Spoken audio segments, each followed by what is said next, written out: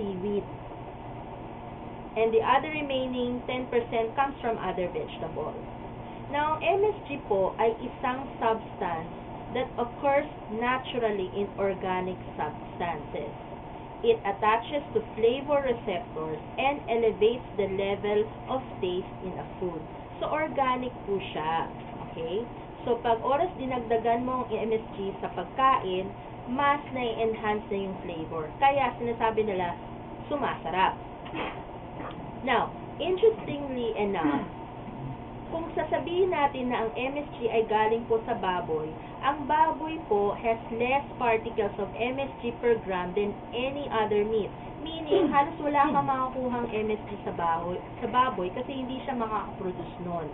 Dahil ang MSG po ay nabubuhay lang po sa mga vegetables or yun nga, tulad na sinabi ko, seaweed, sugarcane, and sugar beets. However, if there is anything po na masama about MSG, ay yan po ay kung if you take it na sobra. Pag sumusobra po kayo sa MSG, masama po yan sa katawan natin. Kasi ang taas po ng sodium level nito at you are at risk of having heart disease. And usually po, pag ang bata, ito rin po, mga nanay, mga tatay, do not feed your children chips o any yung mga chichirya na yan na may MSG. Especially pang bata pa.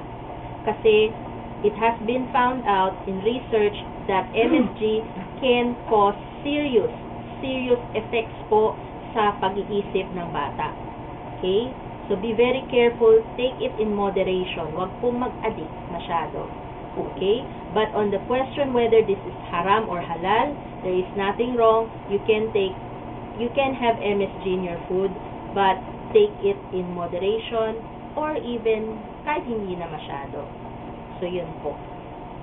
So, all I can say is MSG is comprised of nothing more than, yun nga, monosodium glutamate. Water, sodium, glutamate. Nasaan po ang baboy dyan? Wala po. Okay? So, Assalamualaikum warahmatullahi wabarakatuh. Waalaikumsalam, Sister Aisha. Ngayon po, itutuloy po ni Sister Rashida ang topic niya po about pag-asawa sa Islam. Brothers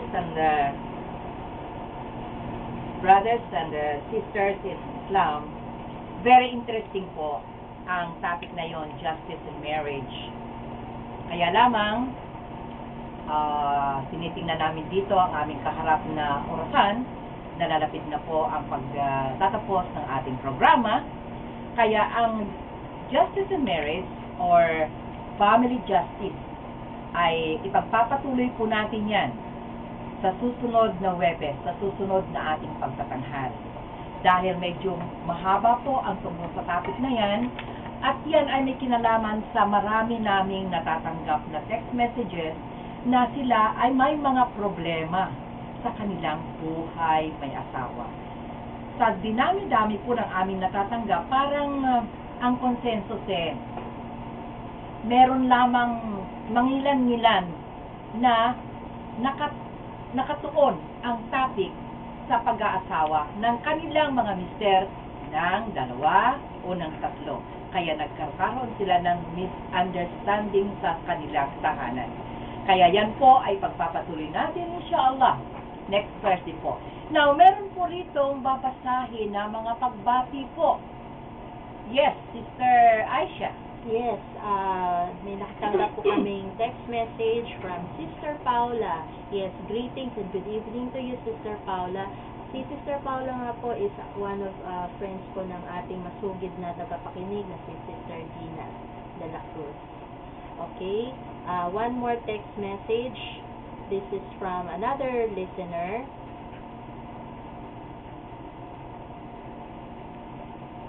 Nagpapabati po siya. Assalamualaikum. Ako ay bumahanga sa inyong kaalaman sa Islam, mga sisters. Pakibati naman kami dito sa Pasig. This is Sandra Nagle and Almodi Nagle. Assalamualaikum warahmatullahi wabarakatuh. Again, I would like to remind everyone, you can text us at 0918-526-3424. Email us at islamradio@yahoo.com. Sa mga videos naman po, log in to www.youtube.com/slamradioph. Sa mga audio naman po, you can log at slamradio.mypodcast.com. This is Sister Aisha saying Assalamualaikum warahmatullahi wabarakatuh. Waalaikumsalam, Sister Aisha. Yung mga text messages pa po, mga brothers and sisters, hayaan niyo po, ang ginagawa po namin ay binabasa po isa-isa at sinasama po namin sa topic para doon na po diretso sa kasagutan. Ito po si Sister Fatima. Alhamdulillah po sa inyong pakikinig, lahat-lahat, mga brothers and sisters. At magandang gabi po muli sa mga hindi pa po namin kapananampalataya. Sana po may natutuhan po kayo ngayong gabi sa amin. So, napapaalam na po ako. Marami pong salamat sa inyong pakikinig. Alhamdulillah. Alaikumussalam. Para po sa lahat. Thank you, Sister Fatima, at umaasa po kami na nawa ang tinalakay namin mga paksa sa gabing ito ay kinapulutan ninyo ng magagandang aral o kaya naman payo sa buhay.